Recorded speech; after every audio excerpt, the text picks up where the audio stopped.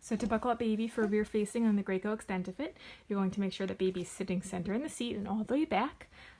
The crotch buckle should be in the slot closest to the baby without baby sitting on top of it. You're going to place one arm in each strap and make sure the straps are coming from below the baby's shoulders.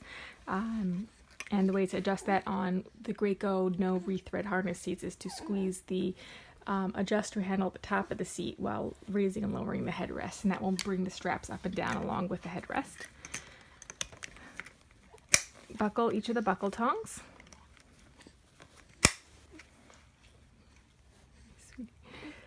And then buckle the chest clip.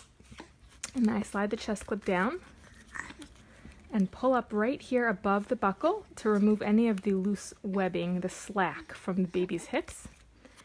And then you're going to pull on the adjuster tail, which is down here at baby's feet. And I like to hold on to the chest clip while I do that so that it doesn't slide up and accidentally hit the baby in the chin.